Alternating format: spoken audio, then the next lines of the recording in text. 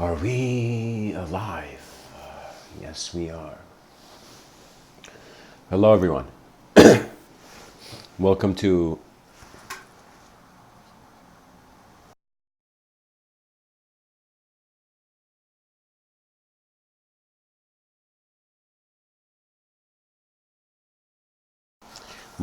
tonight's episode,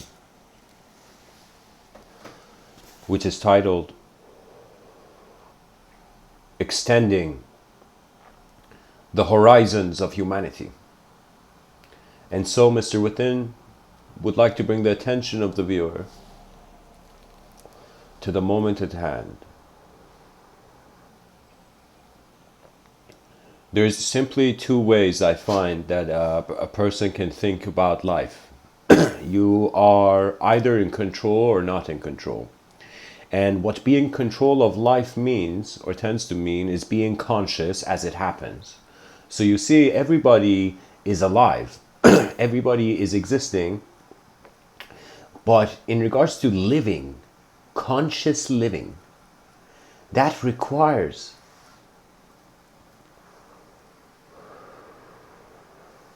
an incredible acknowledgement of the unconscious. And so you can extend no horizon unless you see the limits of the belief, unless you see the edges of the world. It's like somebody is asking you, how much cake can you eat? It depends on how big the cake is.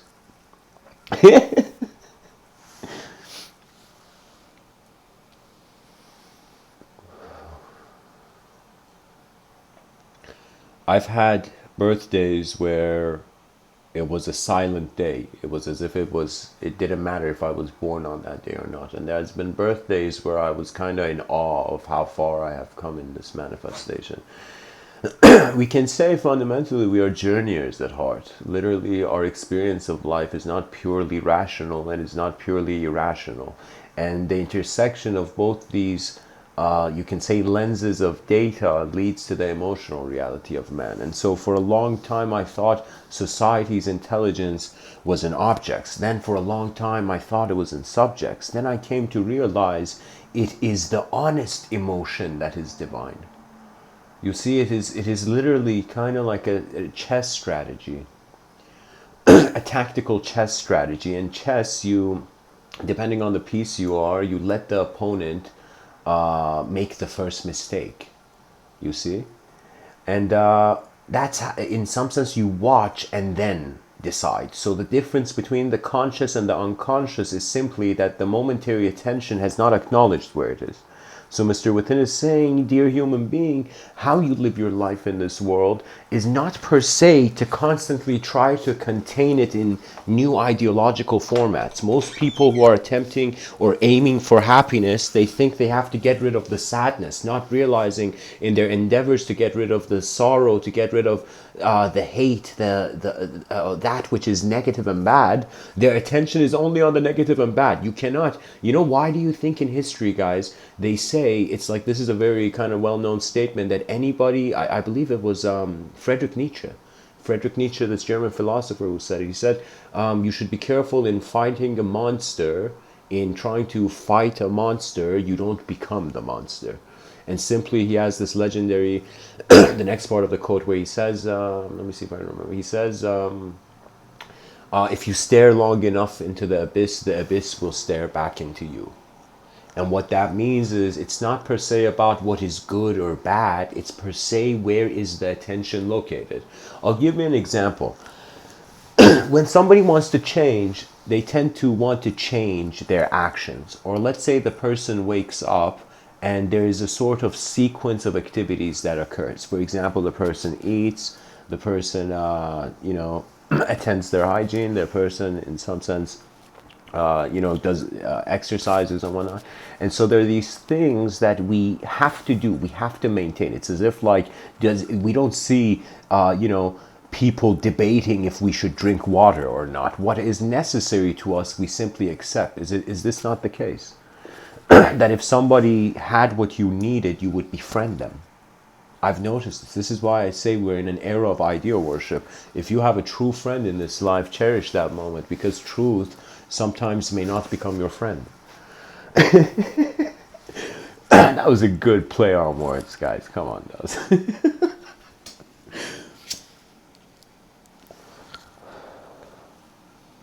It's vision.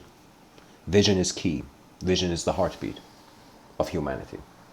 And what is vision? Vision is a contribution. It's an addition. It's something that is being added to your moment. Or in some sense is, or the moment is being added. Because in some sense, I can't say that, like in self-realization, this is so important because, I don't know, for some strange reason, I found myself being really drawn towards what I call the transcendental arts or the transcendental studies. And the transcendental studies, at least the way my mind opens up to that concept, is simply an approach of understanding things through unknown methods. So we can say science is a known, rational, conscious method of exploring and experimenting through the universe. But we can say mysticism or the metaphysical, it is through irrational means where that universe is engaged. You see, because the thing is, when you come to find the truth of something, you're trying to wonder in accordance to what is this true. If you think you're a bad person right now, if you pay attention, it's referential. That means you have a reference in your mind, you know what the good thing is, so you can look at something and be like, oh, that was bad. You know? So there is a reference. What that means is the mind has instantaneously projected and opened its wings of chaos and order at the same time. There's never anything good you see without a bit of bad in it, and there's never anything bad you see without a bit of good in it. That's the story of civilization. Anytime people have tried to tell, I try to return to this. Not return, but to kind of, you become sensitive, life, to such a degree where you see your thoughts are not the center of the world. If it was so easy for us to see it, like look at history during the times of the Inquisition and being like, okay, these people thought the center of the world was where they were. And so that is what we're realizing. But our egos, our senses of identity, self-projected identity.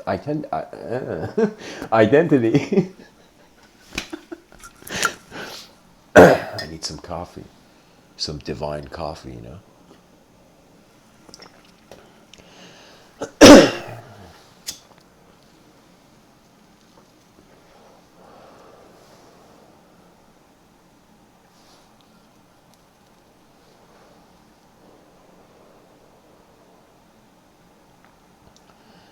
You see, you cannot hold something which you don't have the strength to hold.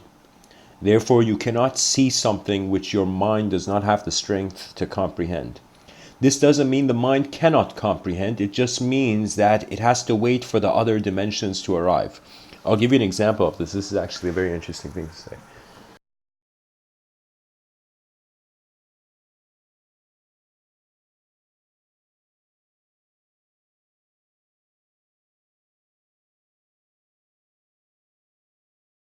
You see, whenever you wonder about the unknown, you cannot avoid the veil of thought. The veil of thought is how this creature is not just separated from the world physically. Like, it's not just that your body is separate from the surface of the earth, that you can move on the earth. It is that in some sense you have also separated the awareness to the matter. So in some sense, matter is moving separately in a material realm. On another level, there is the immaterial aware of matter. So when I say I am on this planet, I'm walking on the planet, okay? So I am aware I am separate from the planet, and I am aware the planet is a separate phenomena, and so that verb can enter, the verb can exist. You know, that's the cool thing you realize, that this is why I say language is a simulation. You must, as a human being, as a conscious being, aim to wander about beyond the language threshold. Seldom is this said, but the treasures of our civilization are not in front of our eyes. They are behind our eyes. The greatest treasures that can serve what this is. Do you know how many days I've had where I've woken up and I'm like, oh God, what am I looking at? Like, and it's been my world I've been looking at. And it's been the different way my mind for that day chose to animate, chose to give life to the moment. Which is a strange concept because we feel the moment has given us life, you know? And it's kind of like an exchange, a strange exchange, a strange relationship of consciousness and matter, where consciousness is like, all right, I'll walk from here to there, and then they tap out, and then suddenly matter walks. So in some sense, I came under the impression through a kind of esoteric contemplation, intuitive contemplation, of this realization that, wait a minute, we look at the cosmos, we see there is night and day, we see there is good and bad, okay? There's light and darkness. There's chaos and order. We see pretty much everything is in a duality. Everything, it comes in twos, comes with its opposite. Okay? But when it comes to ourselves, we just think we're material. Is that not hilarious? We think the whole cosmos is divided between space and matter, yet when we look at ourselves, we only see matter, we don't see the space. And so the soul was simply conscious space. It's literally sight without a body is is what people thought was the unknown. And I personally have had moments of, which is a really strange sentence to say, but I've had my existence stop, but not my experience. It's kind of like waking up from a dream. The experiencer continues, yet the existential texture of the world shifts. And so, really, we have to wonder. My whole thing is, you know, the kind of show I'm running here is to just get enough people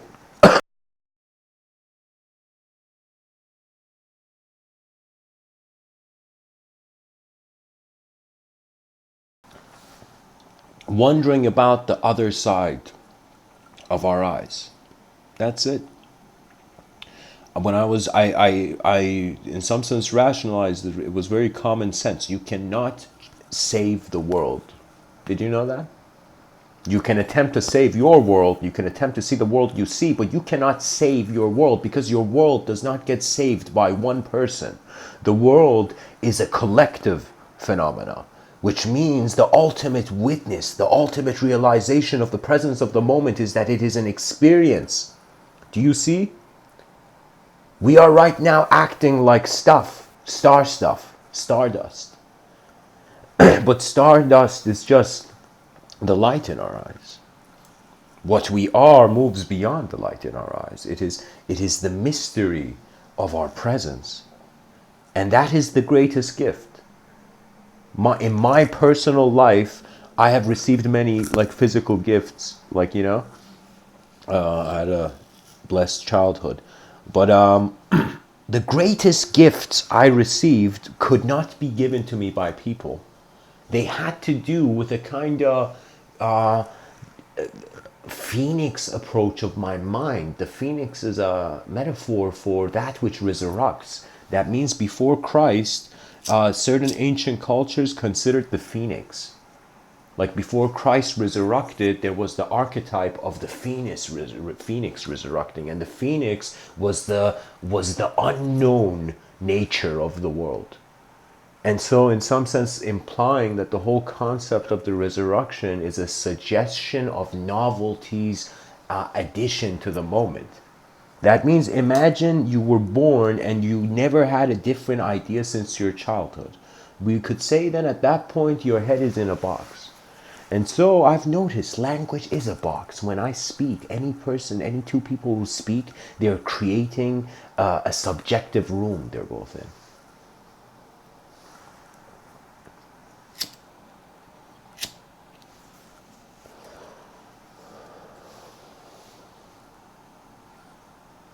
If I ask you, what is the most beautiful thing you've seen in this life? Or how would you define beauty? That's another way of saying it. Asking the same question. I think most people would see beauty as a moment of return. It's as if it's beautiful when you see something familiar, is it not? Something that is not just new to you, it is something that it sparks a pattern. For example, if you wonder about what love is, you tell me two human beings, imagine it anywhere in the world, they're walking, and one of them sees the other, and feels drawn, as if minds have attracted each other, as if minds have pulled each other in.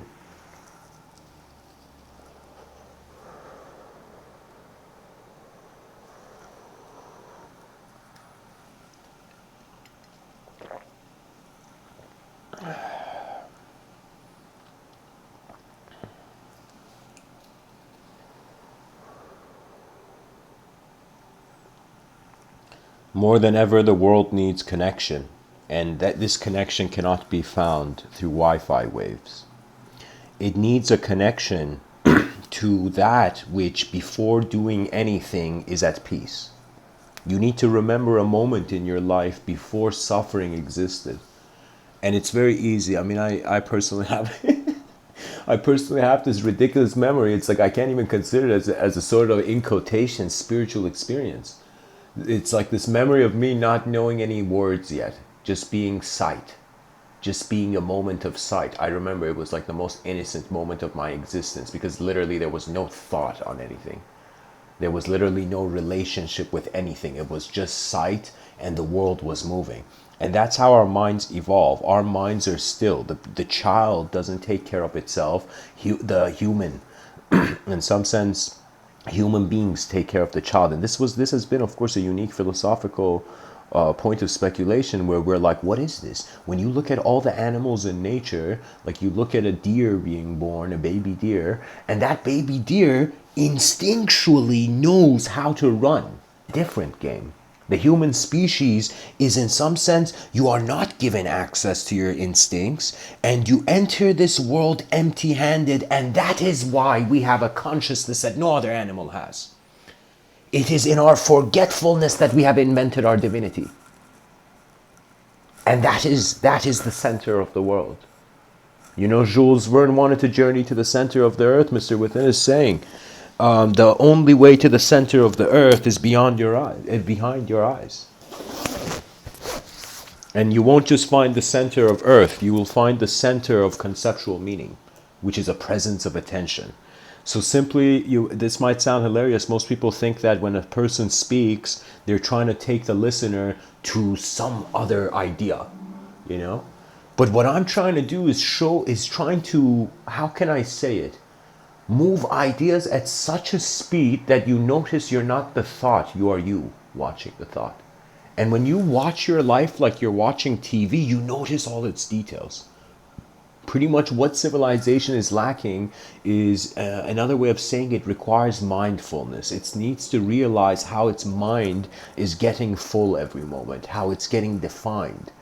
And this game of shapes will eventually end. But it will not end into the shapeless. Believe it or not, it ends into the void with the infinite vision. It's as if like infinity was a seed planted in the soil of empty space.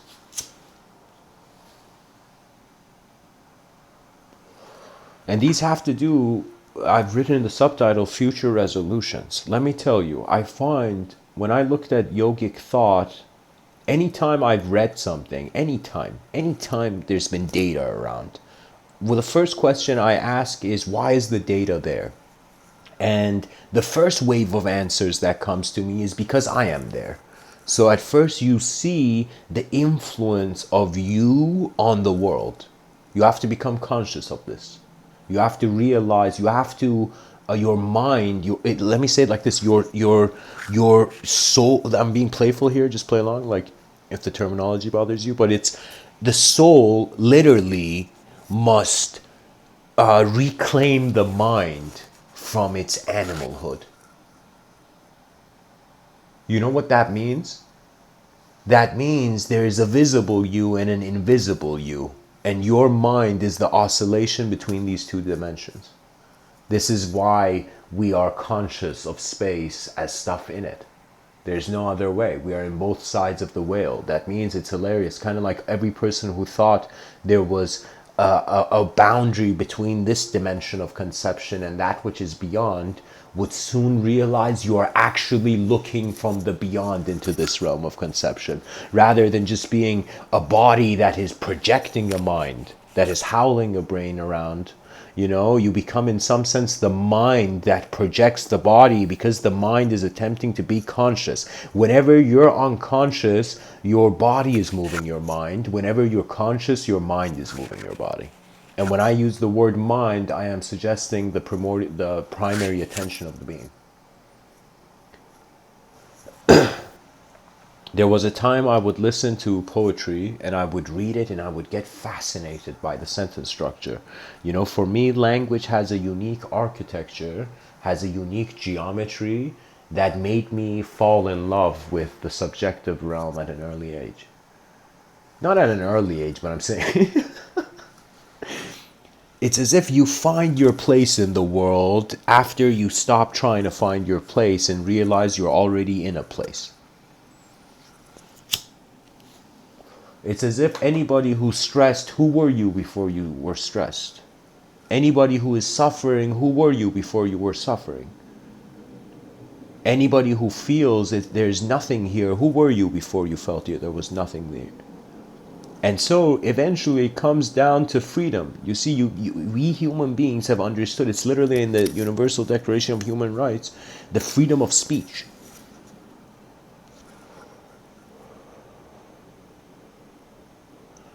And the freedom of speech means the freedom for phenomena to act in accordance to its nature.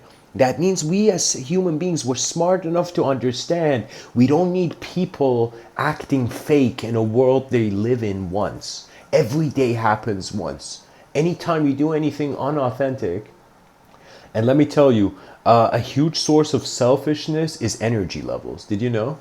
I find tired people, they're just, you know, they don't care. The person's about to go to sleep, you ask them any question, they'll give you any answer and go back to sleep. You see, our energy levels dictate our openness or how closed we feel in this life. And I'm telling you, in this life, you don't just get bullied by people. And not just by people, you don't just get bullied by the forces of nature, which are beyond your will. You get bullied if you don't update how thought arises for you. This life, you gotta always stay in the proximity of your decency. So this is so key. Any person who understands this, I find, this one point, it's kind of another way of saying you've attained nirvikalpa samadhi.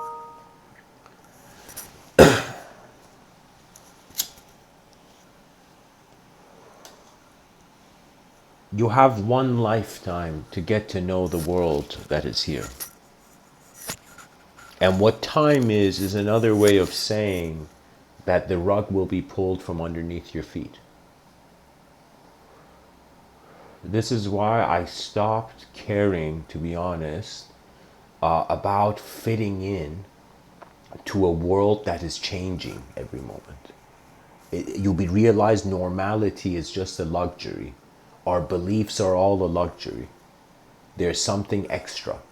What is here at its core is, believe it or not, just phenomena. It's like, what is the purpose of sound?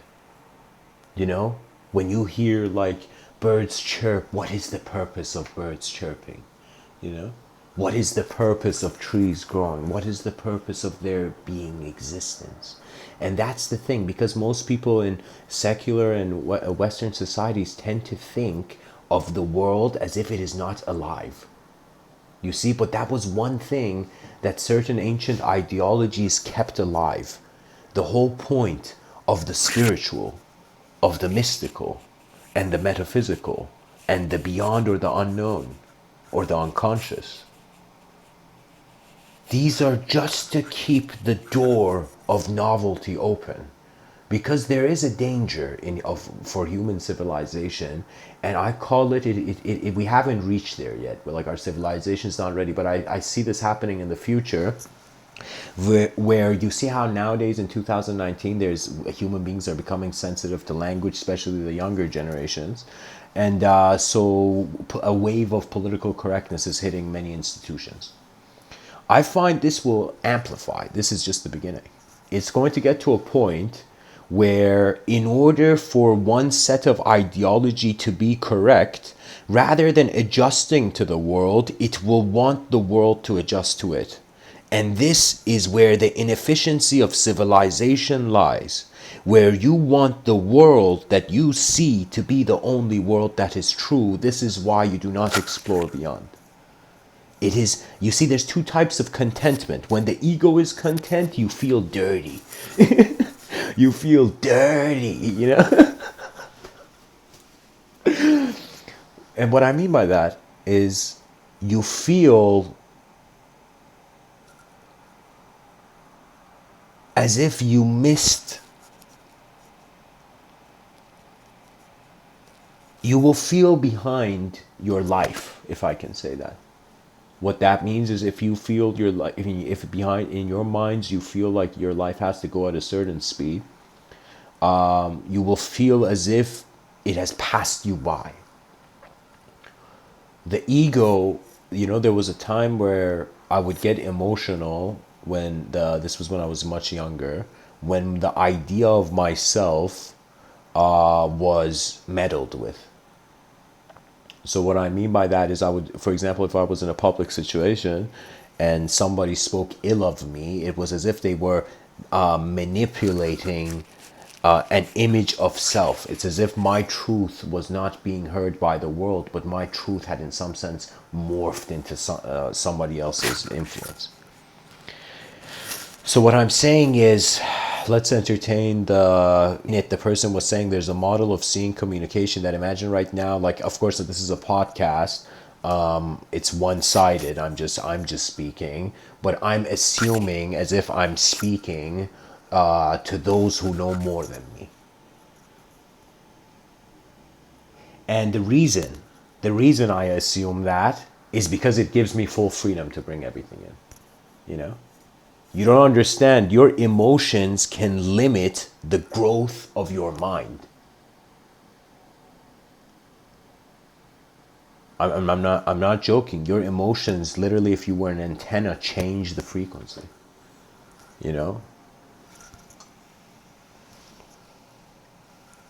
Because as much as we think, you know, the moments of our life is separate, we're taking it all in, are we not?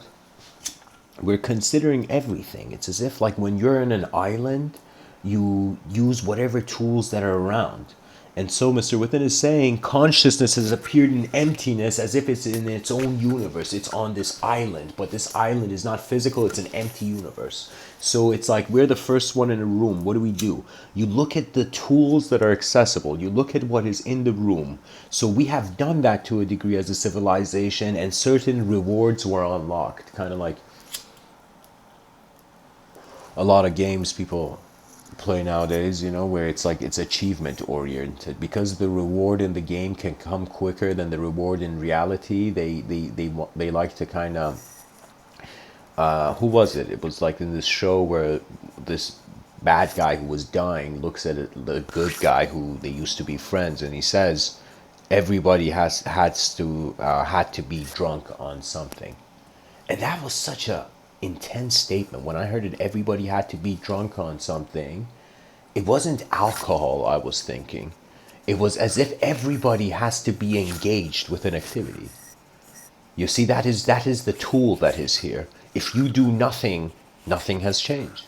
Nothing will change. Nothing needs to change because you are not moving. But when you move, when something in your moment of being moves that is not from your thoughts, that is another way of saying divinity is happening around you. How the unknown is received to some degree has it. I personally don't have hierarchies in my when it comes to the metaphysical. I've learned too well. Literally, I've touched, my hand has, I've touched like the fire, and my hand has burnt enough to know that life is more than a thought. I'm not joking, guys. A thought, what we are saying is a thought is literally a sound that projects a symbol. But the symbol projected is not you. That means if I tell you, think of an apple right now, is that thought of an apple which you just had you? Or is it something you did?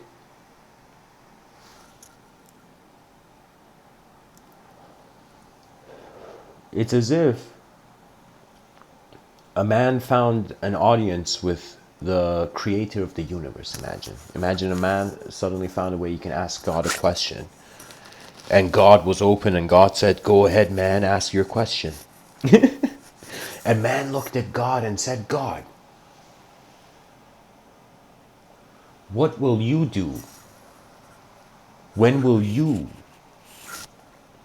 What will you do when man, all beings have entered heaven and hell? You see, it's as if, why doesn't your hell go to hell? Why doesn't your heaven go to heaven? Why doesn't the concept go into another concept? You are going to realize an unbelievable strength within yourself when you notice how much of your day your emotions make it your interpretation. So it's like when and if there is something, you see, you divide problems. You can say there's two categories of problems that are self-generated and problems that arise from the other, from the world. I'll give you an example. And when I was in the UK in 2014 in Birmingham, when I was giving these talks, one morning I was walking to the ATM to see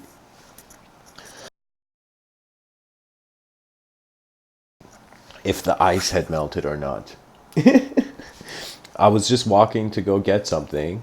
And as I'm walking, it was very early in the morning. I felt like I was the first person to kind of break the fast of the, like, walk on the street. And I remember I'm walking, and that was in 2014 when I gave these talks. It was a very unique point of my life. Pretty much intuitive, I just see in front of me this giant wooden thing has fallen on the ground, this wooden sign, and it's literally on the curve of a road. I don't know how to say it. It's like an intersection, like a T section. And anyways, I quickly go, and I remember I lift that giant wooden thing. I couldn't lift the whole thing, it was too heavy, but I pulled it enough to the side where it wasn't on the street anymore. And the moment I did that, like maybe like 30 seconds after, a car came. A car pulled in, right? And it would have destroyed both the sign and maybe damaged the car. So in that moment, there was a problem that was from the world. The world showed me a problem. But moments where I do something and the pain and the suffering is internal, that pain and suffering you don't need to hold on to. If you're holding on to internal pain and suffering, in some sense, you could be a good actor.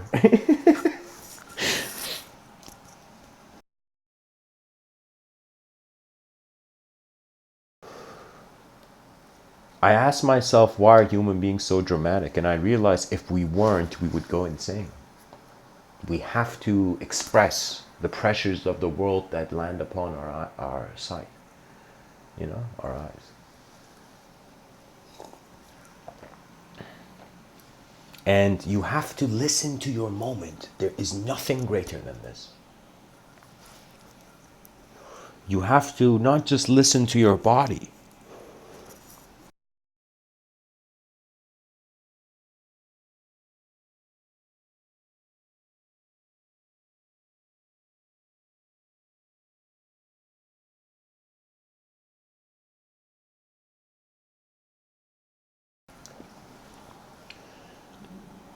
But imagine, how would I say it? You have to listen to your body to survive. You have to listen to your mind to advance.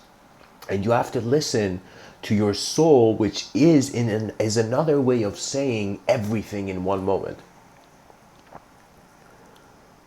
The soul is not like the movie Casper. It's not this ephemeral ghost moving around, that I don't believe that doesn't make sense. That's a paradox in metaphysics. The soul cannot have shape. The soul is the witness of shape. And the witness of shape, in some sense, cannot be the shape. That means if you were to look at an object in front of you, your viewpoint is outside the phenomena, the existence of that object. That's why you notice the object and you're like, yo, that's a cup there, you know? But if you were inside, literally, if your sight originated as the cup, you would not see the cup.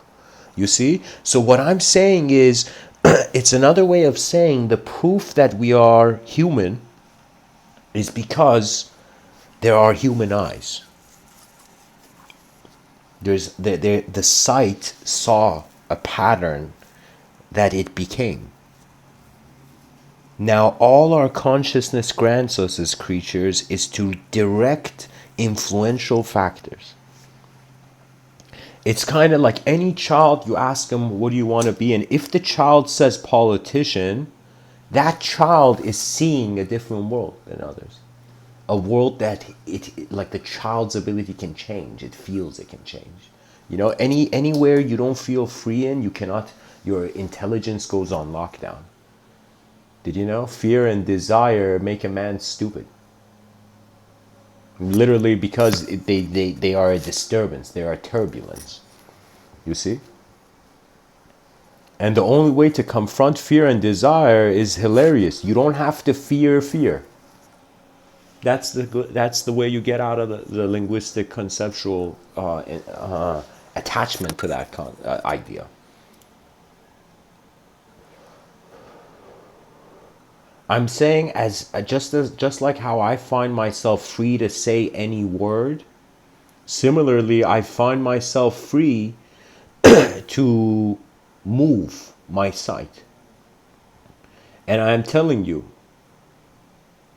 you are holding your attention as a moment of being. We are not the contents in the moment of being. We are the whole moment of being. As if, imagine the edge of your sensory awareness is all in a sphere.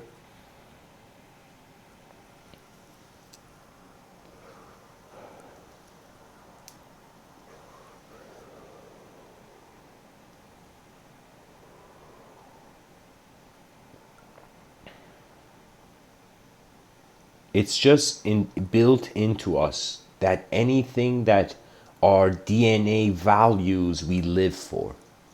You know? You can say some people loved chocolate, they started eating lots of chocolate. You can say some people loved freedom, they went like Martin Luther King and gave a speech. You see, it's both an attention to a reality. We are reality builders. We are every moment you exist, especially in a social dynamic in society and civilization, because you're not alone.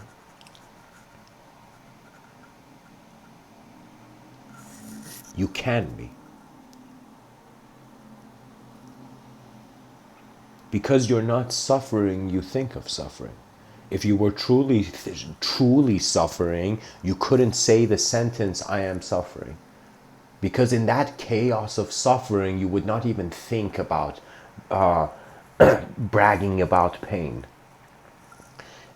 A lesson that it took me a while to learn. You know, I learned it late in this life, was the fact of not speaking in a reductive manner. Because when I was younger, I was a quiet, silent kid, and therefore that meant I would be agreeable anytime I would not challenge a sort of program of action or command that would come to me. So I feel when I look in the mirror, I see a human being. But when I open my eyes in a dream state and I'm in the middle of that dream state, I don't see a human being in that moment. I see a mind, an unknown mind. It's as if they asked someone, what do you believe in, man? What's the truth? And he said, I believe in the unknown. And they're like, what do you mean? You believe in something you don't know? And the man says, yes. Because the unknown is the immeasurable. That's its freedom. That's why we read poetry. So we see the elegance of the walk of a parallel self of ours in a different world. Just study how the self is. I am telling you, there is no greater library than the library behind your eyes. which is the field of intelligence where the particles of this world move in.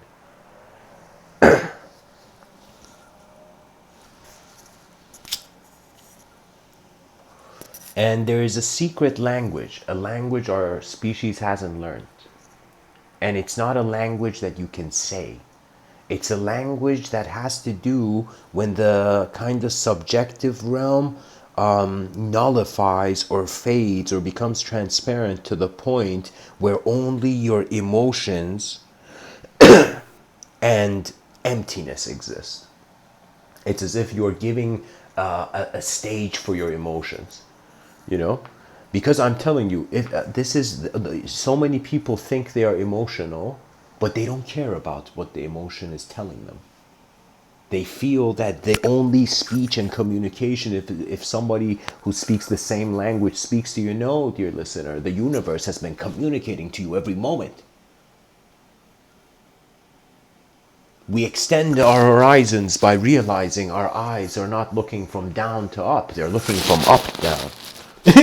Up to down, you know.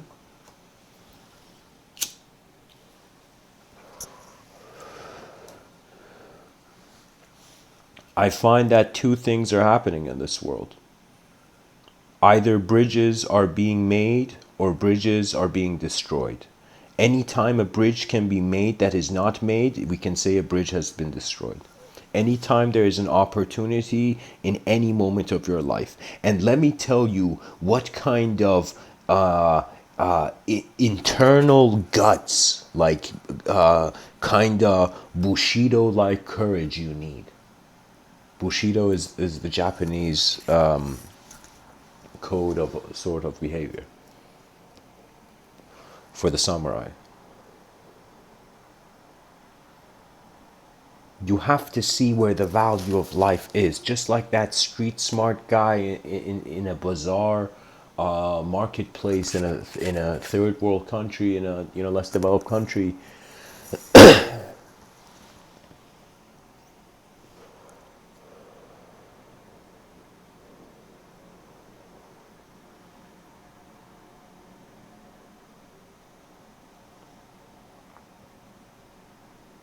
And that person, like, this is the thing about the street smart intelligence. I saw it. Many things I share in these talks are just certain moments in life I've been I've had an opportunity to just gaze through, to look through. And I remember, like, there's a sort of street smart mentality that I saw in the bazaar of Iran, you know, when I visited for the summer, that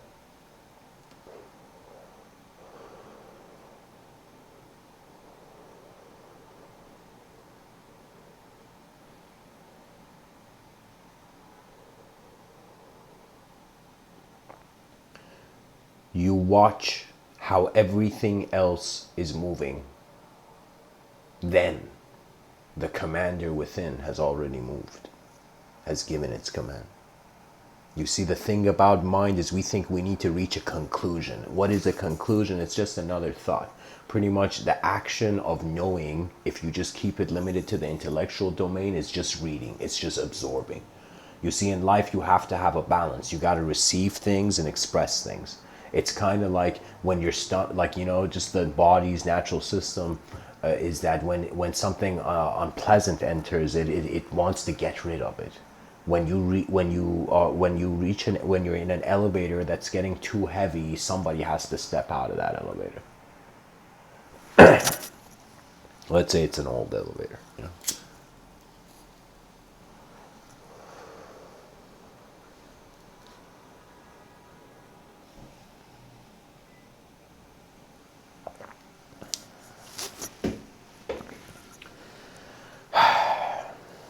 The sacrifice is not to go through suffering just to succeed.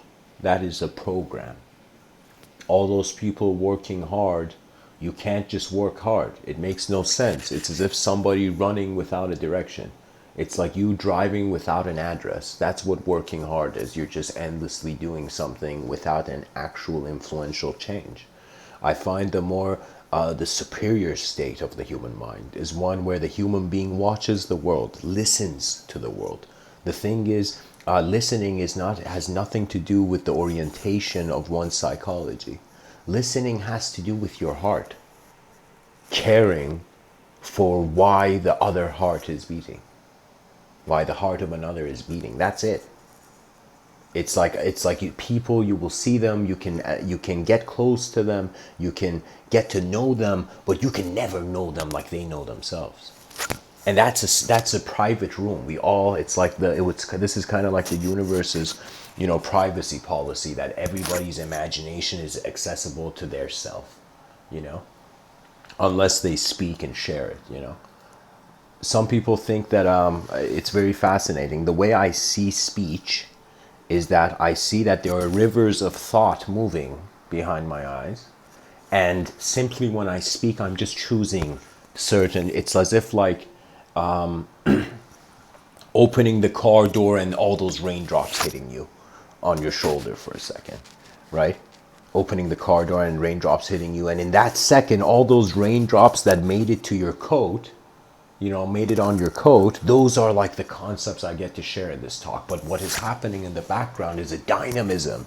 Language is a static tool, right? Language is like, yo, I see this image. What image do you see? And you are like, I see this image. And we're like, okay, we both have seen our images. Let's create a new image. And that's the game of language. That's pretty much language. It's kind of like very boring nowadays. People do not have the internal freedom. For one day, he's seen running in the streets with a lantern in the day. Like, like that's like disrespectful to everybody who's trying to save up on lanterns, on candles. So Diogenes in the day is running in the marketplace, and he's kind of has this lantern up like above to his head as if it's in the dark, and he's looking for something. And suddenly somebody in the marketplace is like, yo, Diogenes, what are you looking for, man? Like trying to be like the funny guy of the moment's attention, there's a sacrifice to being cool. You might get a cold.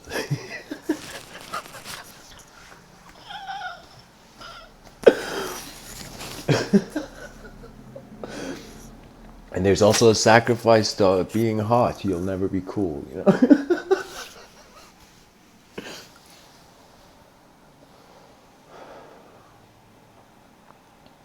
I'm telling you, just pick up a pen and start writing.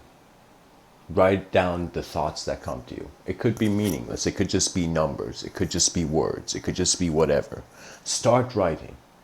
And you're going to notice something. That a person who writes learns to externalize their inner reality. This is a crucial skill, and it's free. Just find paper and start writing. And as you write, this is a huge factor. There's two crossroads in writing.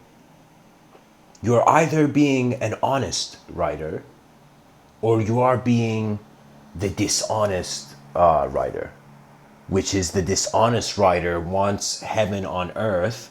The honest writer sees earth and heaven. That's the difference.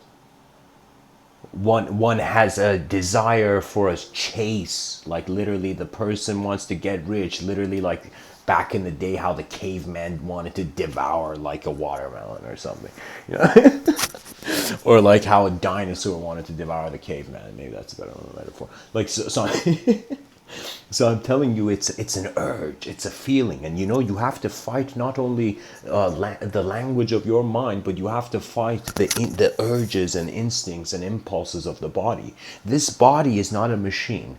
That means there's an advantage and disadvantage to it. If the disadvantage is the more we make society into solid and a certain standard, the more everybody has to adjust to society. It's like the person's like, gosh, I gotta live the day, and at the same time I gotta adjust to this program of how things are, and so it's when something is done insincerely, it's as if nothing is done. It's like somebody comes and says, I love you, but the way they say it, it's as if they're not even looking at you. And so it's like, I'm telling you, somebody could be staring at you in the face and they could not be looking at you. Their attention, their mind's curiosity could be in a different sector of their inner manifestation. You never know.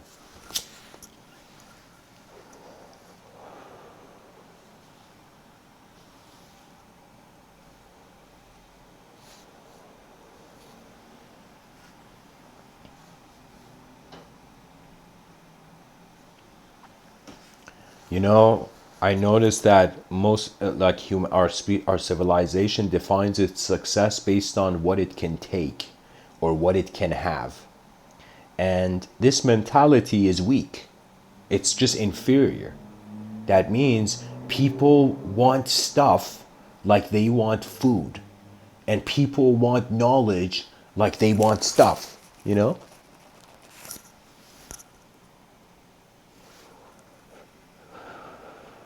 But I'm telling you, we have to acknowledge the unknown or we're lying to ourselves.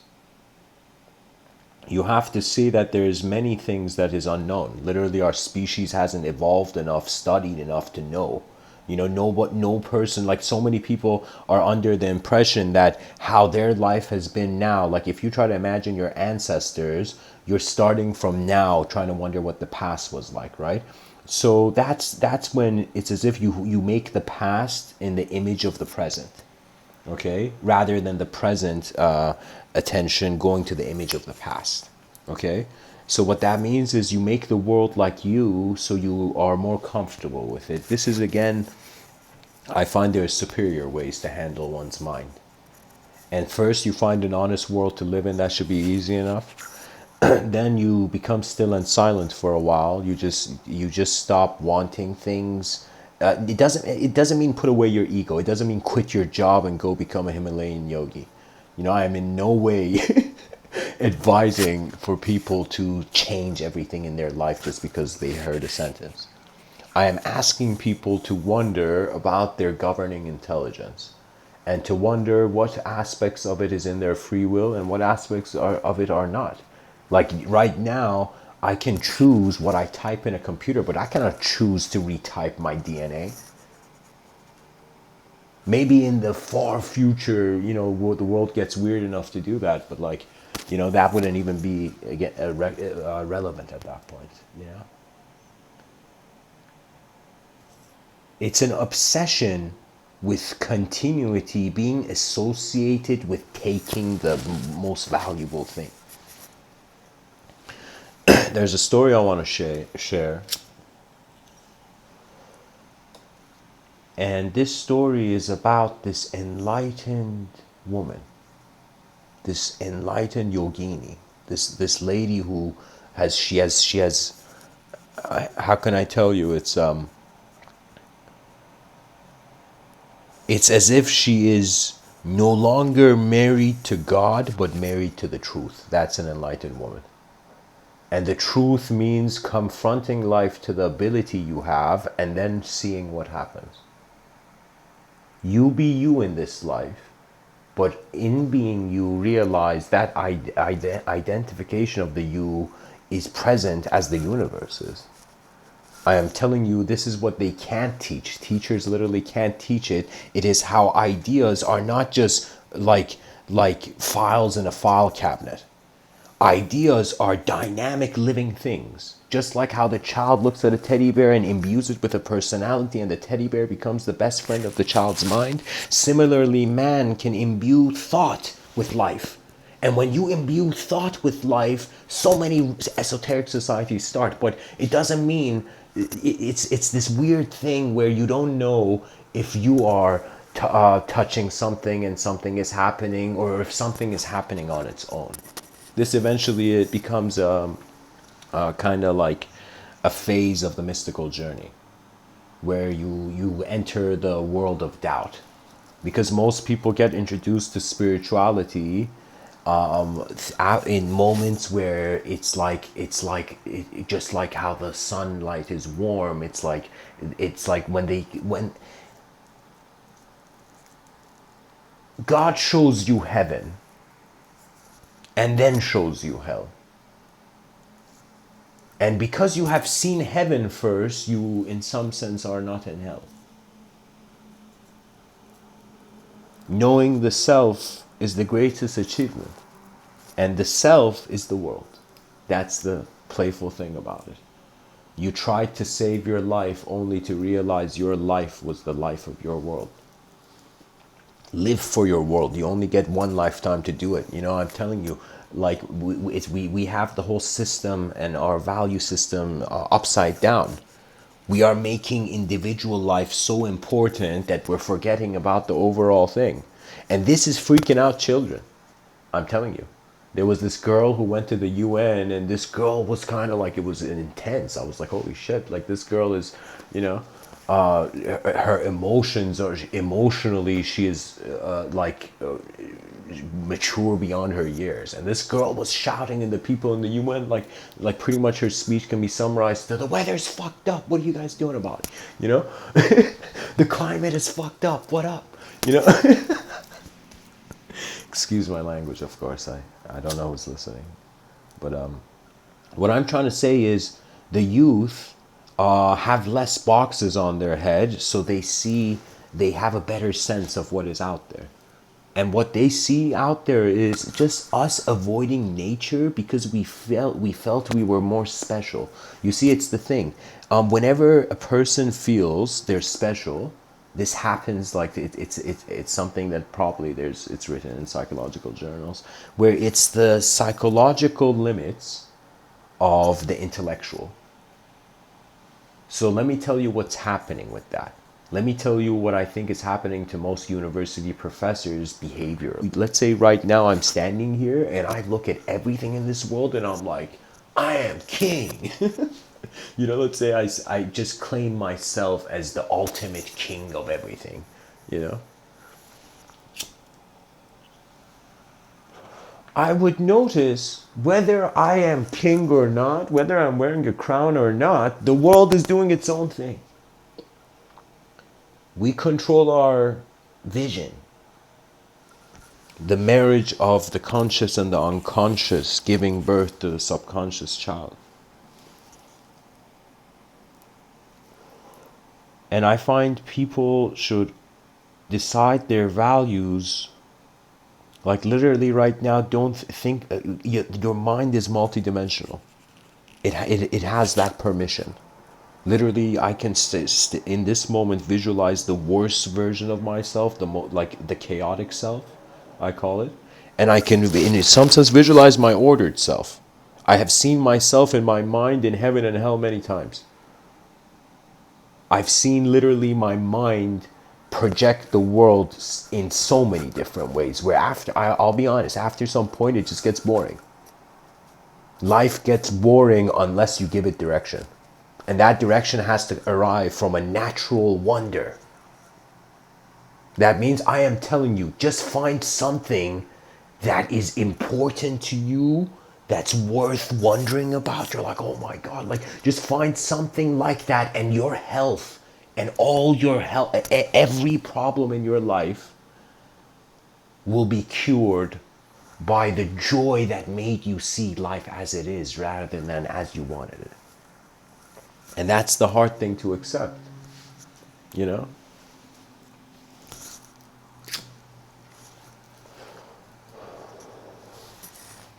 I find genius is a extraction from the unknown into the known. The purpose of language is to simply just share the inner universe with the outer. And we are right in the intersection. Like, I'm happy that we are, as human beings, the way we are. Let me tell you why. Because you can debate nature about what will happen only to realize nature will win, because nature moves and then our eyes open.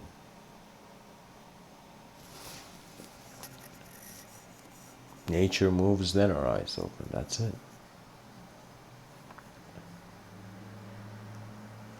And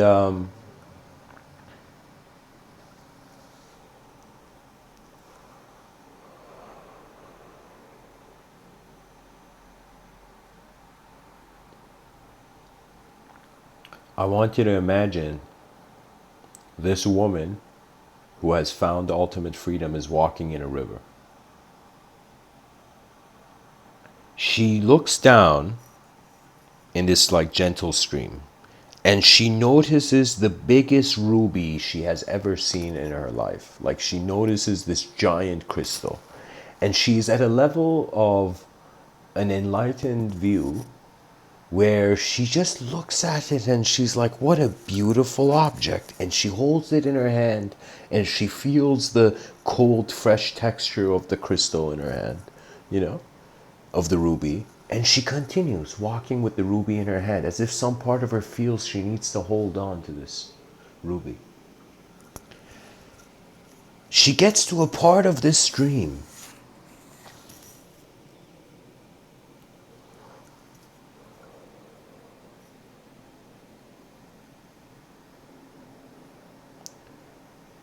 where there is a man walking by a side street, like a street that's close to the stream. And this guy who's taking bread home, he's just like bought bread and going back home. He sees the ruby in the hand of this enlightened yogini. And he just runs. He runs up there and it's as if he just says, please give me that. As if like I'm being polite, but I'm going to take it. Give me that treasure. And the yogini smiles at the young soul and gives it its ruby.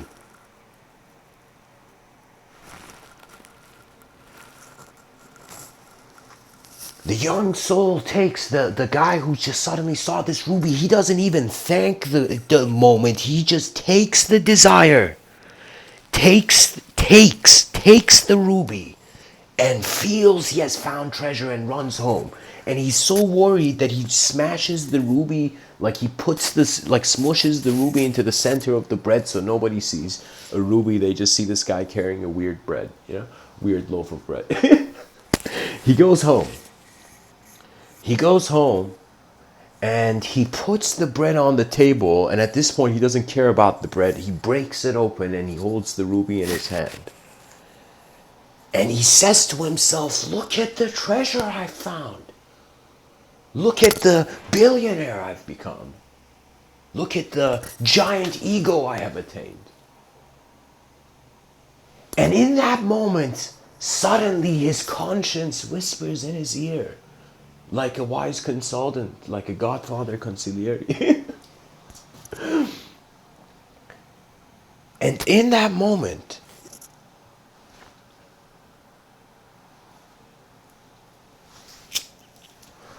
the ruby drops from the hand of the guy upon the realization where he looks at himself and he holds his hand. His palm literally hits his head with his elbow on the table. And he says, this is no treasure. The real treasure was how could she let this treasure go so easily? It's as if he saw the value move from the object into the action of the subjective.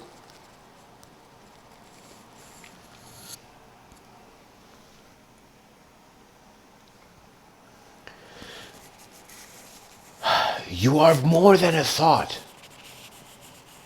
And that is not your human right, it is your existential right. Your experiential right.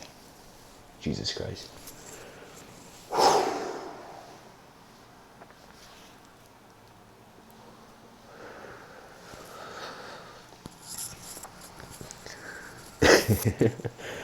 There's the Zen story, you know, where this man, again, you can say it has to do with rivers and streams. It's another like river story. And so in this story, what's going on? There's this guy who's trying to get to the other side, like he has to. It's as if it's his life mission to get to the other side of this damn river in his mind. He's like, this damn river, and he's trying to find a bridge, and there's no bridge, and he can't cross the river. So imagine some guy just running, you know, aside a river trying to find a bridge. And this guy runs and he just stops for a moment, and he notices on this kind of like conveniently giant flat boulder on the other side of the river, there is a man, this old man who's sitting and meditating, the Zen monk. And he's so old where his eyebrows are like curtains. And he pulls his eyebrow, sorry, I'm jumping at that, okay? And so this old man's just meditating there. And this guy who's trying to find a bridge, he sees it and he's like, okay, maybe I should ask. Maybe I should use my rational faculties, you know? So look at what happens. He says, old man, or old monk, you know, or Yoda. He says, old man. And the old man suddenly like moves his eyebrow aside to see what's going on. And once the guy sees the old man's attention is on him, he says, "Where? How can I find a bridge to the other side? How can I get to the other side?" And the old man is in some kind of like next level, you know, liberated state where he looks at the man and says, and he laughs and he says, "You are on the other side."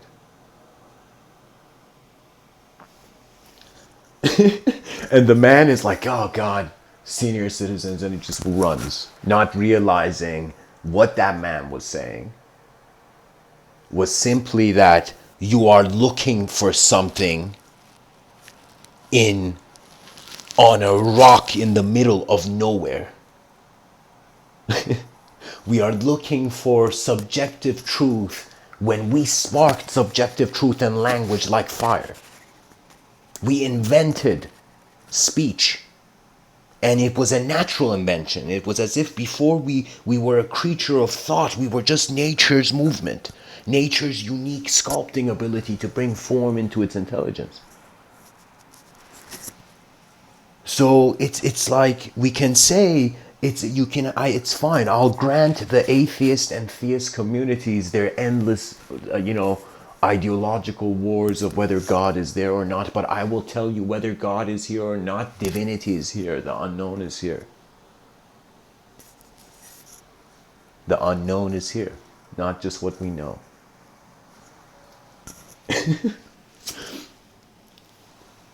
And so to be honest, this is a good opportunity to actually share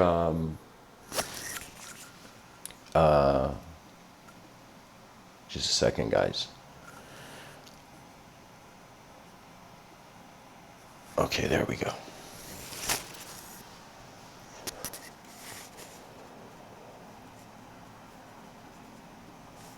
Just a second, guys. Just bringing up something. Okay.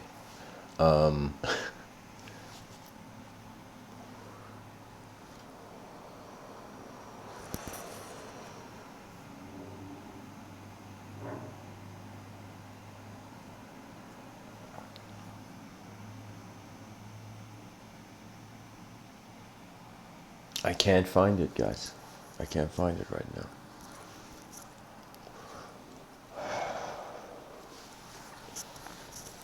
Okay.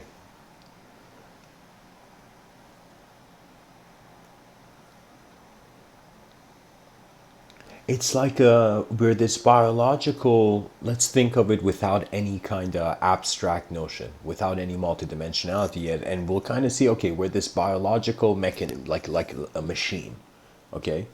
I find at this point, let's entertain the idea. It's like this biology is like a it's biomechanistic. It's like it's working based on certain systems, right? Any activity that repeats eventually becomes like a definition, okay, becomes a remaining phenomena, right?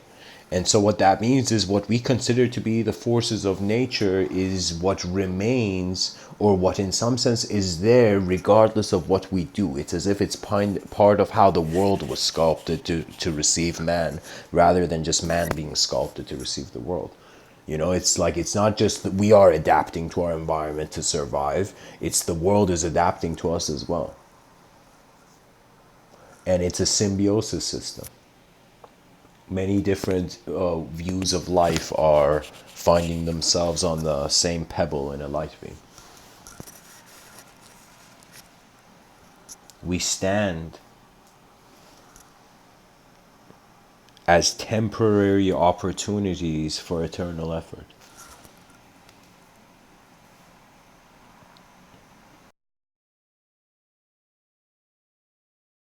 That means even if we were able to build cities over the sky,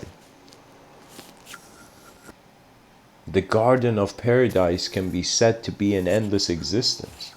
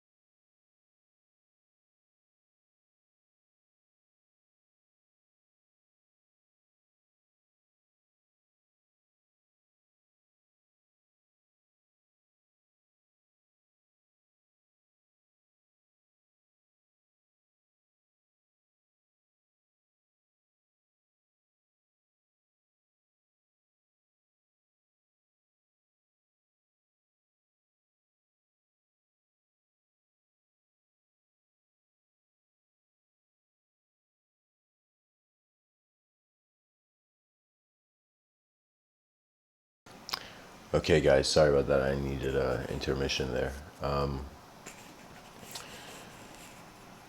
just gonna do one thing before I end off here.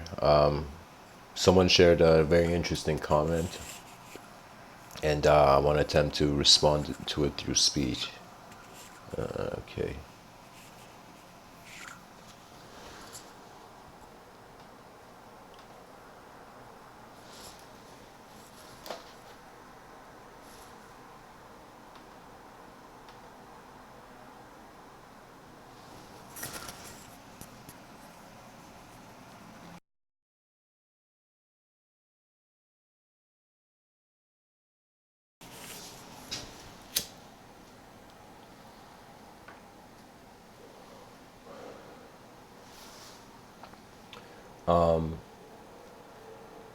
I gave a talk called Entering Light at the Darkest Hour. In it, I shared a story about these three people who find this strange wall at the edge of their town. One of them climbs up through a ladder they find jumps in. The second one goes and like sees the Garden of Paradise and sees it's another dimension and kind of looks at the third friend and says, hey man, the Garden of Paradise is up here, and he jumps too. And the third friend goes up and is like, oh my god, the Garden of Paradise is here. But instead of jumping in, he says the whole world should know, you know. And so he returns. And so that's the context where the comment is referring to. So Freshness Khan, that's a fresh name, refreshing name. He says the whole world should know, and then so he's commenting on this part of the sentence of the talk, and he says, okay, should the world believe him? How would he convince using language, or he might need permission from the maker of the other side of the wall? Will the latter be easy enough for the weak to climb, and so on? Okay, and so on is part of the comment I'm reading. And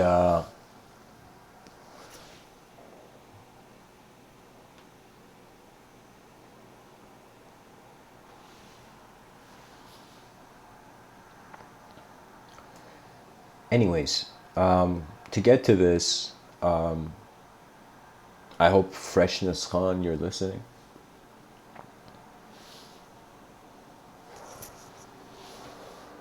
Keep in mind 1 minute. This is this. 14. All right.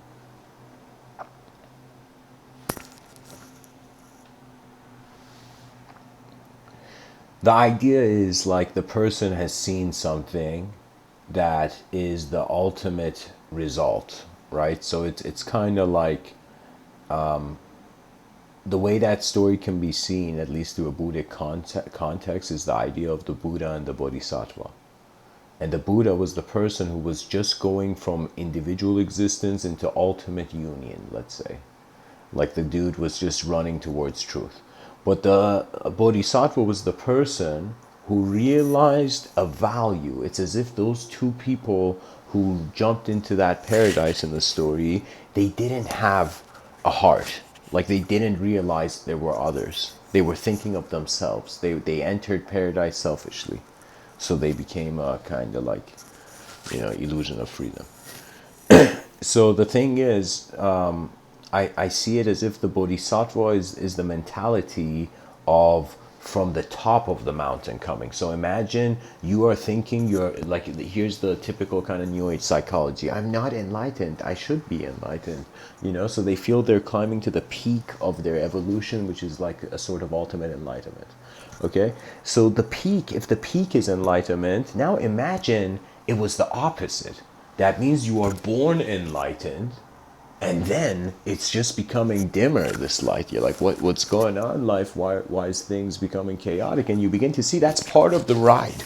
Literally, you're on a roller coaster ride, and death is part of the ride. Like that's the most basic poetic way of saying it. Okay, so what that means is you can't avoid change. So our consciousness is like a surfer on the waves of a changing universe, changing manifest reality.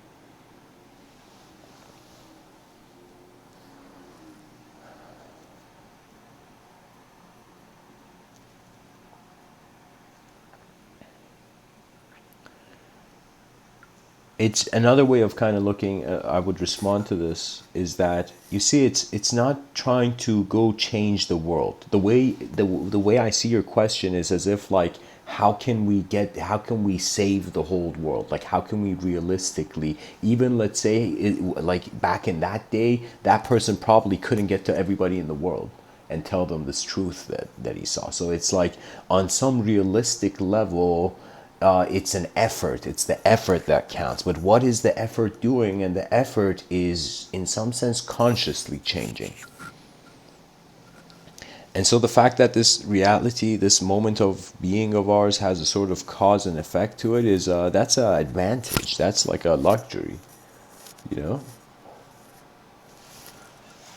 Being conscious of cause, how things are caused, and how things are, in some sense, that cause is an energetic push, or a push or a pull, let's say, you know. To be honest, to define force, it's like I'm pretty sure if Yoda was to open up a science textbook and be like, what is the definition of force, and see it's a push and a pull, and Yoda would be like, Jesus Christ, these guys know nothing of the force. Yoda from Star Wars, you know.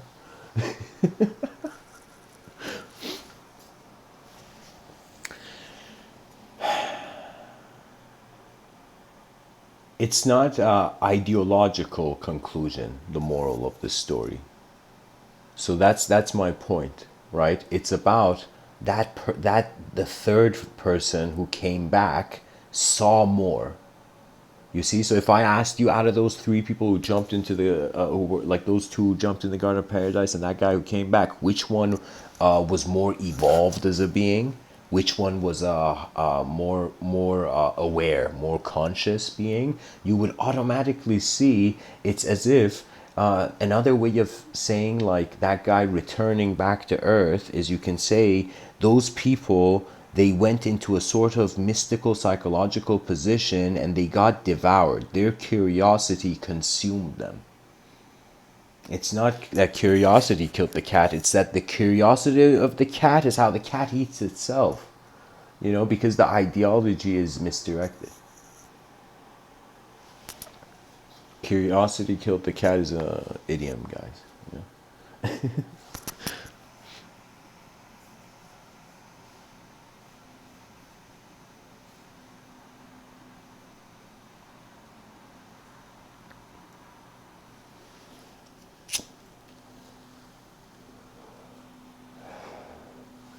The world, it's not possible to believe him. Let's go one by one. Should the world believe him, the guy who's coming down from the ladder to share that enlightening truth? The world cannot believe him. Everybody has different eyes. Even if they were to understand what, it's as if the best thing they could see out of that guy returning is like they could see where his fingers are pointing to. And this is why you see kind of most kind of metaphysical ideologies, at least multidimensional ideologies, I call them, because religion is multidimensional. I mean, what is this heaven, hell, earth thing? It's three dimensions, is it not? It's either three dimensions or they're all in one moment. It's as if there's three ways, three senses of self, you know? The chaotic self, the ordered self, and the witnessing self, which is the neutral bridge between the both.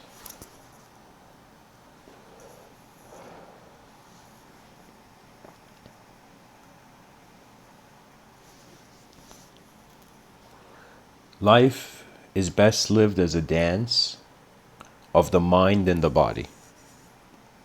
That means the mind dances with the body by giving it full freedom. That means, I don't know how many people notice this, but throughout the day, it maybe takes maybe like 10 minutes of just stopping whatever you're doing and just sitting still and silent and watching. Just watching the environment. Watching the moment, and you will be shocked how automatically in that 10 minutes your thoughts and stress and suffering become all still. The reason there is stress and tension, and I call them modern pressures of living, these modern pressures of living, which lead to kind of like the push and pull of people's psychology.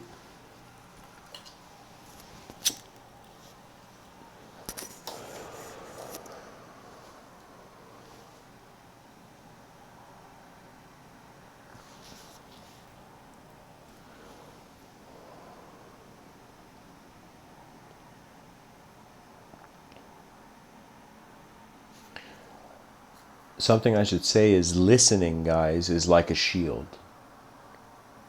When a person listens, they are just paying attention to how intelligence is present. Everything to some degree is that. Everything on some level, I'll be honest. Every person who's experiencing anything right now, on some core level of that experience, it's just a distance of sight. You're in a bubble of sight. It doesn't matter what you think you are. It's like the phenomena and the awareness to the phenomena. They are aware they're not each other, but they're in the same moment. It's as if yin was like, am I alone? And yang was like, nah, man, I'm here. You know? And so yin and yang, yin and yang were in the same circular room. They were in the same moment. So in some sense, what I'm saying is that nobody can believe you. It's like, what is a belief? It's like marketing of ideology. You know, if truth is put in language, at best it can be a mirror. So language always points to the deeper experiences of our species, which we must care for. You know. So should the world believe him? I don't think it's even possible for them. They can just see where what his communication points to. And then you say, how would he convince using language? Well, the language, exactly. How you convince is you don't convince. You can't. You can't go literally somebody like wants to eat an apple. You can't just go and like take the apple and put an orange in their hand. You know?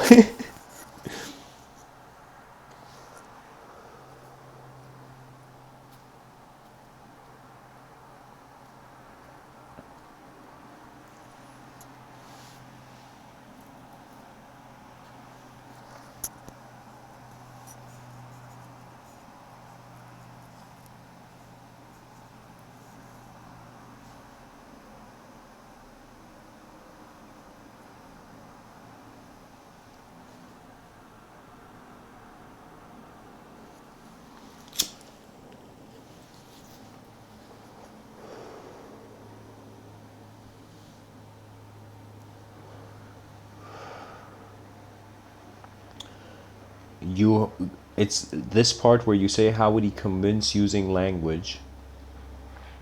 I would say that has to do with the honesty of the being and communicating, and people will know. People will know when someone, just like how they can tell when someone is lying, they can also tell when someone isn't lying. I feel innately. It's as if like your brain is sending off different waves, like the person feels there is something different.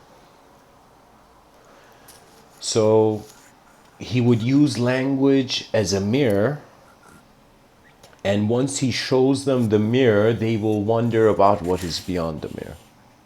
So pretty much it's like this is how he uses language.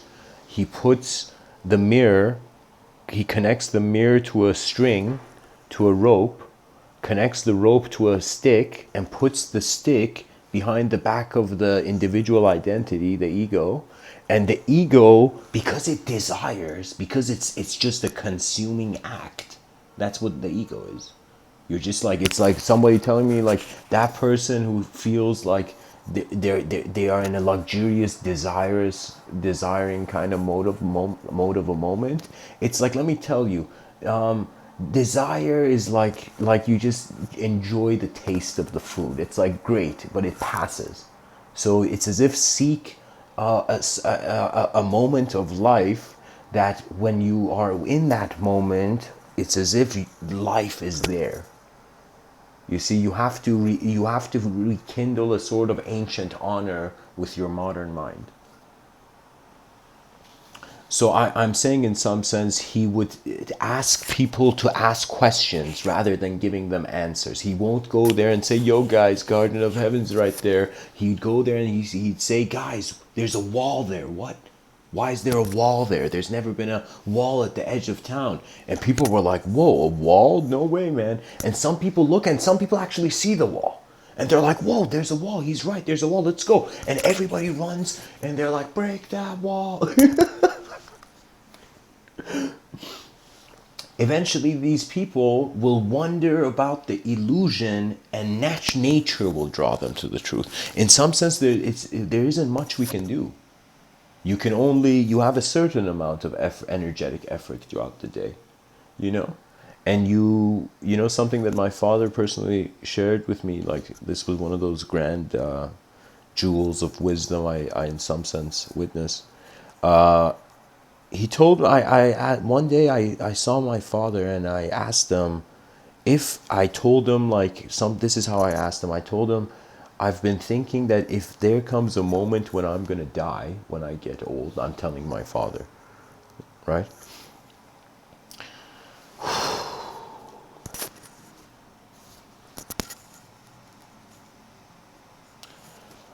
What I pretty much told him, like my view of that last moment of life. I asked him, like, if this was my last living moment, what would I do? And I told him I would just be still and watch, right? And my father, he had a different answer, and he said, I would just do the best thing that I could do at that time. And it's as if I found like a sort of eternal content. And I realize it's like, how fascinating. What we think we can do is just what's open, what's accessible. Civilization is being a burden on the shoulder of the temporary creature rather than being a resource. And let me tell you how it's being a burden, because value is monopolized by a sort of system of thinking, a system of thought. You know, sometimes in history there are beacons being passed down through the generations, I say poetically. That means there was some efficient technology in the past, and this efficient technology, based on some necessity, like the father passes it down to his son, and then the son passes it down to his son, and it just goes on and on and on, right? So this is like an efficient thing, like certain ancient ideology or values or thoughts or whatever, or concepts. These have continued since ancient times. You know, it's like you got to respect the thought because it's ancient. Or so considered.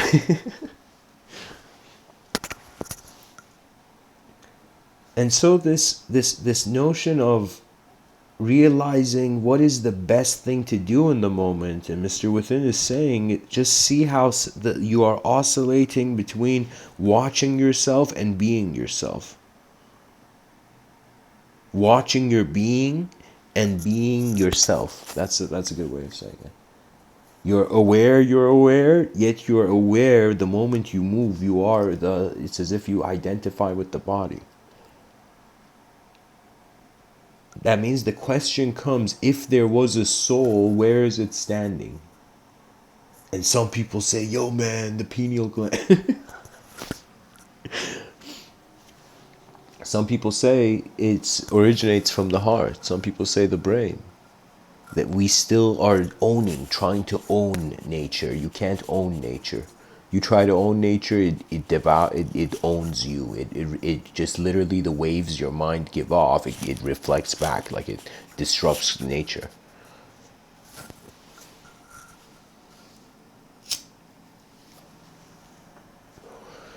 Anyways, guys, I'm just going to continue with this. Freshness Khan says, or he might need permission from the maker of the other side of the wall. So if he still needs permission, he has not seen heaven. And if he didn't have permission, he couldn't go down the ladder. So in some sense, it's not a permission thing. That becomes a game of wills. That means you're wondering, is the divine will moving you, or are you moving the divine will? Is your mind animating your body, or is your body animating your mind? And so regardless of what you think, your wonder will lead you. Your honest excitement is where genius will run to you. I'm not joking. When you find an honest world to live in and you live that life, something strange happens. The world becomes quiet in a way where chaos and order stop fighting. And that's I think, you know, pretty liberated stuff, you know? The fact that our awareness, literally how in this moment you know that you're here and that you are knowing that you're here, that is what they in ancient times saw as the soul of the moment. That awareness that you're aware that you're aware. Kind of another way the Upanishads shared it was like the seer of sight cannot be seen. That means right now I see an object, so I am aware that I am seeing that object. This is how it tends to work in, you know, in civilization. And so this mentality, eventually you shift. So I want you to start approaching your mind not as a belief, not as a thought, but as a dynamic thing that you must study and learn from. It's like after, imagine like we brought all the greatest teachers in the world and they all taught you their ultimate lesson, and somehow you learned from all the teachers on this planet. Everything. You learned everything, you know, known to man. Your mind became the internet, imagine.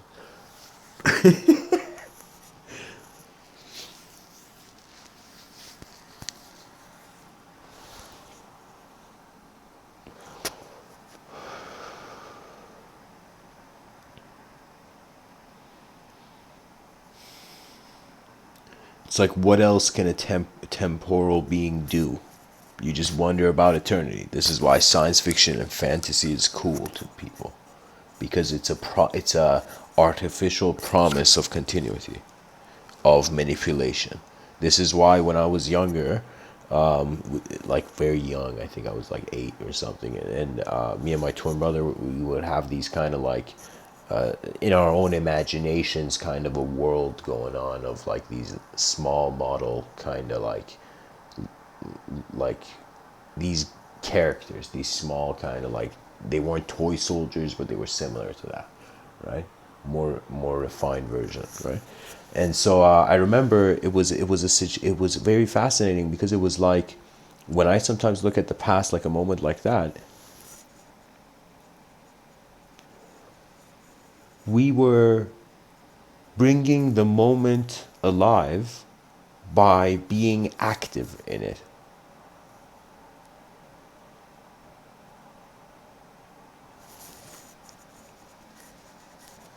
I find that 50% of your waking life, like from the moment you wake up, 50% of the day has to include activity.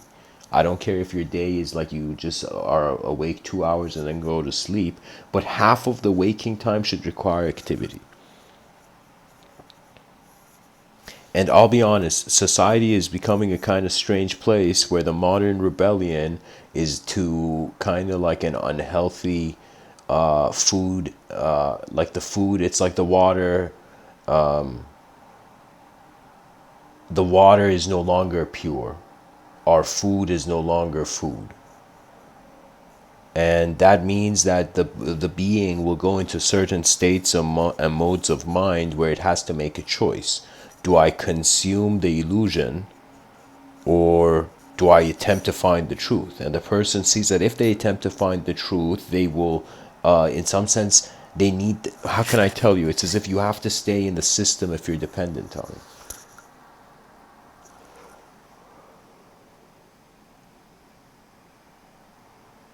The world is a fascinating place. It's like, just right now as I'm speaking, imagine every person who's just in any moment of their life, they have a thought. That thought does not just interpret in a language of like in words. Like some people think in words, some people think in images, but there are certain people who, like me personally, I'm advocating this. This is part of like my campaign of telling the world that geometry is a language. It's the language of all languages, to be honest. What that means is there's a sort of precision and strangeness to geometrical movement. You see, we look at geometry, we think it's just the shape, and we put numbers on its side, and we at most our imagination makes length out of geometry, right? But on some level, geometry is in its static form just a shape. In its dynamism, it becomes a possibility. It's as if your attention as a human being, your concentration on an object, which you have assigned a certain concept or thought to. Like imagine I look at this object in front of me, and suddenly this object is my computer. Okay, and so this my laptop is in some sense a relationship of thought on matter. The word laptop is the mask put on the actual object, which literally doesn't matter what you call it. So that's why I'm saying this is discovering the hollow nature of language. And this is pretty instinctual, like intuitive, like the person, like you can't be alive in a world and not have this life do something, you know. And it's not that you should be like a military general always knowing what your plans and orders and commands are. It's like that, what kind of life is that? You know, robots can do that too. You know, anything that a robot can do, man should not pay too much attention to, you know. Anyways, guys, thanks for tuning in. There's a last part. And you say, will the ladder be easy enough for the weak to climb? The ladder cannot even be seen by the weak. They don't see the ladder. They see the promise of the ladder. They don't see the ladder. When you see the ladder, there is a relationship with the moment where you stop imposing. You literally stop expressing. Your mind suddenly finds itself in the presence of a living cosmos to such a degree where it's as if out of awe and a kind of overwhelmment, the mind goes into silence and stillness, and it's just you're quiet. You're just like a part of the silence of the moment. In that moment, you, in the presence of the divine, you innately trust your mind. Anytime you have doubt, what it means is your attention is more on you haven't let go of the past. You have to handle the past, you know. Time has to shift for you in its meaning, in its experiential meaning. So what that means is Plato has this thing where he says time is the moving image of eternity. Why does he say that? Because there's one way of seeing stuff as being linearized, past going, you know, to the future, kind of like a linear arrow. And another way of seeing it is in some sense like let's say if we have the past, present, and future. So we have point A, point B, point C. Okay, and so we find our consciousness. We're asking the question at point B. Okay, so we have a past and we have a future. You know, if right now you're a person in society who feels you didn't have a past, then in some sense you deny yourself the access. But I'm saying like, oh, Jesus, I'm saying it's kind of like how in a sort of Christian mentality, they say to be in the world but not of it. There we go. In other words, you are aware, you are a moment of being, which is involved, which is just like how your heart is beating, your moment is being your mind. And the moment is so attributeless that the moment your attention comes too much on it, the divine will push you. It's as if when you reach a certain state of mind, literally, like let's say a sort of chemical phenomenology, let's say, or even let's move it beyond the brain. Like if when you reach a certain unique state of mind, there will come limits. That means literally you can't go further until you let go of who you used to be. And these talks that I give it's very crucial because I don't entertain the linear notion of time. I when I say I don't entertain it, I mean like I don't like a chunk of metal on my wrist. I acknowledge linear time, but I acknowledge the limitations of linear time. I remember a friend of mine asking why I wanted to be a director. I live the second life as a filmmaker, or in some sense, I'm in the process of walking in that road. And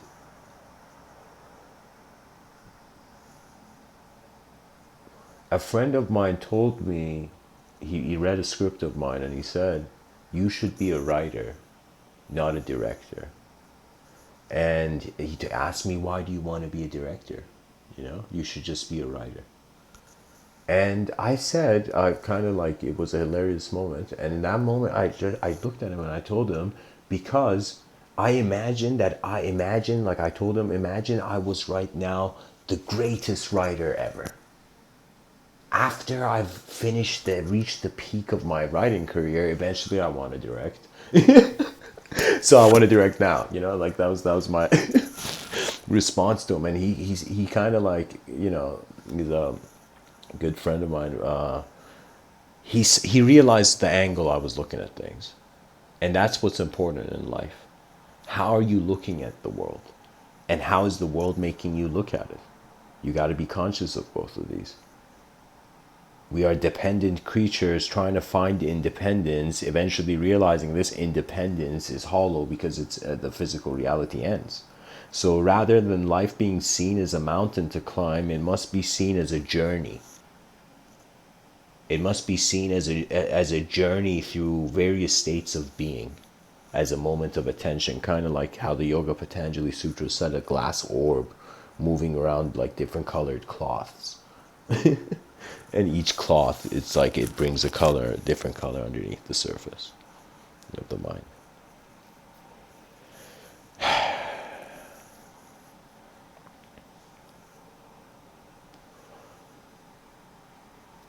You have to let go of inefficient ideas. Literally, your mind has an ability to have endless ideas. I'm not joking, you know. And you have to let go of ideas that don't serve you, but it doesn't mean you should throw them out or you should be savage about your change in life. You know, you should, I tell you, savageness is more what the animal would do. Civility is the unique factor. What separates us from other animals is that other animals kill their prey and they just like devour it savagely. But we, in some sense, do the same action but consume it and take it in differently. That means how fascinating is the psychology of the evolutionary creature, that it embraces phenomena in accordance to what it knows first. That means anything you hear is that what it, like if I say a word and a thought's coming to you, that thought is from your eyes. Do you see? It's you are imbuing subjective life to objective phenomena by making it a concept. Therefore, we have this extra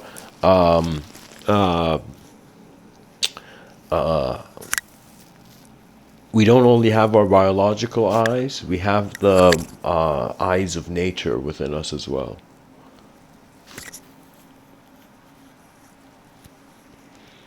It's not that there is humanity in the universe. It's that it's all the universe. Thanks for tuning in, guys. Clarity comes from within. And you have one lifetime to truly see what you were as a being, you know? Wonder. This mind of ours, like not a lot of people know how to use it. They don't even know how to define it. So we have to study what we are given. You have to find, your DNA is not just, it doesn't have just only physical value. You know, it doesn't matter how you look like as a being because the mind doesn't have a body. The body has a mind, but the mind doesn't have a body. This is so true. What I mean is that from the top of the mountain, the bottom of the mountain is unnecessary to look at.